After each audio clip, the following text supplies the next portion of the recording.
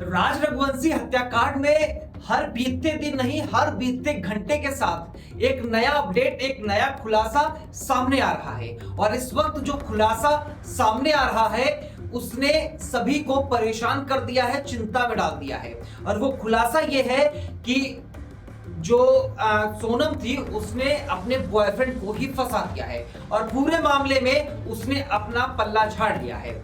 उसने अपने बॉयफ्रेंड को कैसे फंसा दिया, उसने अपने बॉयफ्रेंड के साथियों को कैसे फंसा दिया और अपना पल्ला कैसे झाड़ लिया, वो आपको आज हम बताने वाले हैं। दरअसल जब 2 जून को राजा की लाश बरामद होती है उसके बाद से पूरे देश भर में एक शोक की लहर हो जाती है। सभी लोग ये दुआ कर रहे थे कि राजा की चलिए लाश मिल गई, बट सोनम को कुछ ना हो। और जब सोनम मिली तो पूरा देश स्तब्ध रह गया कि एक पत्नी अपने पति को मारने के लिए इस कदर प्लानिंग कर सकती है। और उसी प्लानिंग का नतीजा ये रहा कि अब जो खुलासा हो रहा है वो हर बीतते घंटे के साथ लोगों को परेशानी में डाल रहा है कि एक पत्नी जिसने अपने पति के साथ 7 जन्मों का जीने का वादा किया था, अग्नि के साथ फेरे लिए थे, वही उसके जीवन का काल बन जाती है।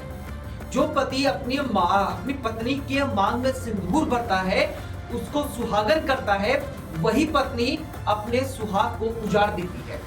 जब राज उसके माथे पर सिंदूर लगाता है तो उससे यह पता चलता है कि वो अपने डेथ सर्टिफिकेट पर हस्ताक्षर कर रहा है। और यही खुलासा अब पूरे देश को झकझोर रहा है और ये बता रहा है कि शादी जब हो तो सोच समझ कर हो, पूछताछ होकर हो। लेकिन इसमें सबसे बड़ा जो खुलासा आया है वो ये कि सोनम का एक बॉयफ्रेंड था जिसका नाम है राज कुशवाहा। और राज कुशवाहा वो व्यक्ति है जिसके इर्द गिर्द इस पूरी कहानी को लिखा गया है। और इस कहानी का लेखक कोई और नहीं है, इस कहानी की एक ही लेखिका है, नाम है सोनम रघुवंशी।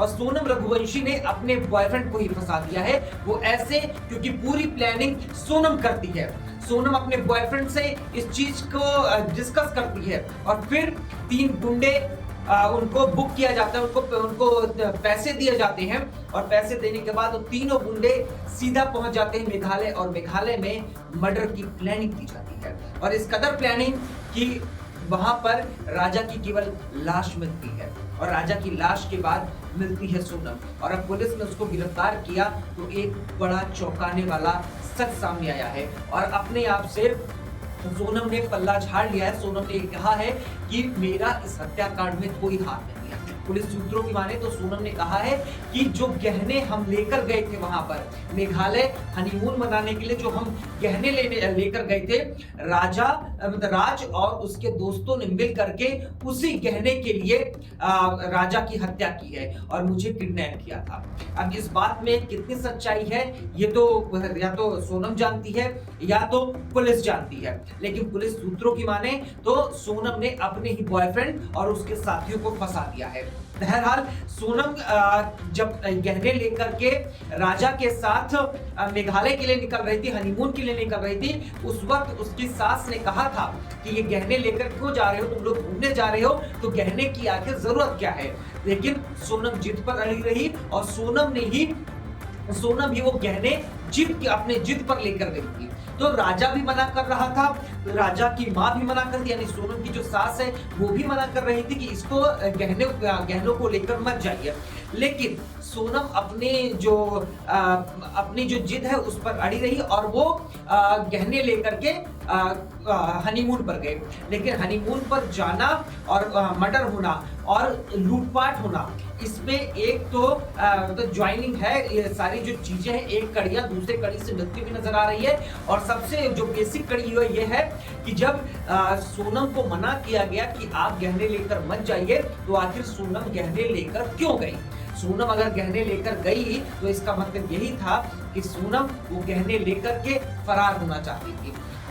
राजा की हत्या के बाद सोनम फरार होती और वही गहने वही पैसे उसी से ही अपना सर्वाइवल करती। और ये भी सूत्रों की माने तो ये भी खबर है कि सोनम जो है वो नेपाल भागना चाहती थी और नेपाल भागने के बाद वो विदेश जाना चाहती थी। और इस कदर अगर नेपाल पहुंचती सोनम तो वहां से कहीं भी जा सकती थी। लेकिन इस वक्त की ब्रेकिंग न्यूज यही है, बड़ी खबर यही है कि सोनम ने अपने ही बॉयफ्रेंड को फंसा दिया है और अपने बॉयफ्रेंड के साथ साथ अपने उसके साथियों को फंसा दिया है। वो साथी जो चंद पैसों के लिए किसी व्यक्ति की जान लेने के उतारू हो गए। और सूत्रों के हवाले से ये भी खबर है कि जब जो हमलावर हैं वो हमला करने के लिए पहुंचे तो हमलावरों ने जब उससे राजा से बातचीत करी तो उसका व्यवहार उनको इतना पसंद आया कि उन्होंने हत्या करने से ही मना कर दिया। लेकिन सोनम की जिद पर उन्होंने हत्या की है और पैसों की लालच की वजह से उन्होंने हत्या करी। सोनम ने और उसकी रकम को बढ़ाया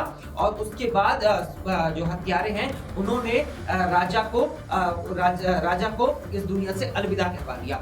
लेकिन सबसे बड़ा सवाल यही है कि आखिर सोनम एक झूठे प्यार को पाने के लिए अपनी सच्ची मोहब्बत अपने 7 जन्मों के साथ को कैसे तार-तार कर सकती है। इसने मौजूदा समय में समस्त पूरी जो मानव जाति है, स्त्री जाति है, उस पर एक सवालिया निशान खड़े कर दिए हैं। और आज जो युवा शादी करने के लिए सोच रहे हैं उनको भी एक बार सोचने पर मजबूर किया है कि आखिर मैं जिस पर भरोसा कर रहा हूं क्या वो सच है, क्या वो सही है, क्या उसका पास्ट है, क्या उसका फ्यूचर है, क्या उसका भविष्य रहेगा मेरे साथ में, क्या मेरे साथ वो कंपेटेबल फील करेगी या नहीं फील करेगी, मैं उसके साथ कंफर्टेबल होऊंगा या नहीं होऊंगा, हमारी जो जोड़ी हो कंपेटेबल है या नहीं है। तो कई ऐसी चीजें निकलकर सामने आ रही है जिससे लोग भी अब परेशान हो गए हैं। क्योंकि जिस तरीके से अलीगढ़ में हुआ ये कांड हुआ, अलीगढ़ के बाद अब सौरभ हत्याकांड जो अलीगढ़ में हुआ था, सौरभ हत्याकांड के बाद ये इंदौर कांड, ये कई बड़े सवालिया निशान खड़े कर रहा है कि आखिर हमारा समाज किस दिशा में जा रहा है। और जो सोनम ने किया है, एक मतलब 11 तारीख को शादी होती है, 20 तारीख को मतलब 9 दिनों के अंतराल में इतना सब कुछ हो जाना और इतना सब कुछ होने के बावजूद सोनम की आंखों में तनिक भी शर्म न दिखना, अपने पति को मौत के घाट उतरवा देना और एक बॉयफ्रेंड के चक्कर में वो बॉयफ्रेंड जो उसके साथ ना अब ना है ना कभी हो पाएगा।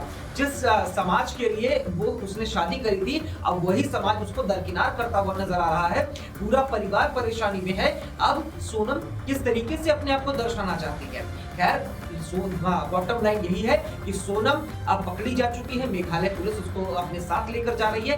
और सबसे बड़ी बॉटम लाइन यह है कि सोनम ने अपने ही बॉयफ्रेंड और उनके साथियों को फंसा दिया है और ये कहा है कि गहनों की लालच में उसके बॉयफ्रेंड और उसके साथियों ने मिलकर के राजा की हत्या करी है। लेकिन उससे बड़ा सवाल, अगर आप ये खबर को सुनेंगे तो आपके मन में भी यही सवाल आएगा कि अगर सोनम ने ये किया तो आखिर क्यों किया। क्योंकि जब उसकी सास मना कर रही थी तो गहने ले जाने की जिद तो आखिर सोनम ने ही की थी। अगर सोनम ने जिद करी थी तो भाई ये लेकर आप गहने लेकर क्यों गए। अगर आपकी जिद नहीं होती तो इसका मतलब यही है कि आपने जिद की और आपको पता था कि आपको क्या करना है और इस वजह से आप गहने लेकर के पहुंचे हैं, मेघालय गए हैं और वहां पर आप इसको चोरी की वारदात का नाम दे रहे हैं। और अब जब आप चोरी की वारदात का नाम दे रहे हैं तो आप ये भी बताना चाहते हैं कि चोरी इस वजह से हुई है कि ये हमलावर मेरे साथ में आए हैं, मेरे ऊपर हमला किया गया है और इस वजह से राज की हत्या हुई है।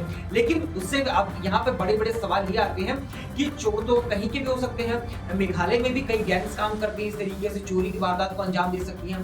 लेकिन जो मेघालय में किसी गैंग वॉर नहीं हुआ, गैंग का हमला पर नहीं हुआ, वो जो हमलावर थे वो इंदौर के ही क्यों निकले, इंदौर से ही वो हमलावर क्यों निकले, सबसे बड़ा सवाल यही है। और वो जो हमलावर हैं वो आपके बॉयफ्रेंड के साथ कैसे लिंक कर रहे हैं और वो बॉयफ्रेंड आपके साथ कैसा लिंक कर रहा है और आप जो है अपने बॉयफ्रेंड को ये मैसेज क्यों दे रहे हैं कि ये राजा मेरे से ज्यादा चेप हो रहा है, ज्यादा मेरे करीब आने की कोशिश कर रहा है, इस तरीके के मैसेजेस क्यों कर रही हैं। इसका मतलब यही है, जो प्राइमा फेसी अभी चीजें निकल कर सामने आई है वो यही है कि जो राजा है उसकी हत्या में सोनम का बहुत बड़ा हाथ है और सोनम अब बरगलाते हुए नजर आ रही है। लेकिन अब सोनम अपने बचाव के लिए अपने साथी अपने बॉयफ्रेंड और उनके साथियों को फंसाती हुई नजर आ रही है। अब आगे देखना होगा ये खबर, ये जो बॉटम लाइन है किधर जाती हुई नजर आएगी और ये जो केस है वो किस तरफ मुड़ता हुआ नजर आएगा। ये जानकारी आपको कैसी लगी कमेंट बॉक्स में जरूर बताइएगा और अपने जो भी विचार है इस पर अपने विचार जरूर रखिएगा और ऐसी खबरों के लिए हमें सब्सक्राइब करना बिल्कुल मत भूलिएगा। बहुत बहुत शुक्रिया, धन्यवाद। वीके न्यूज, राष्ट्र के नाम।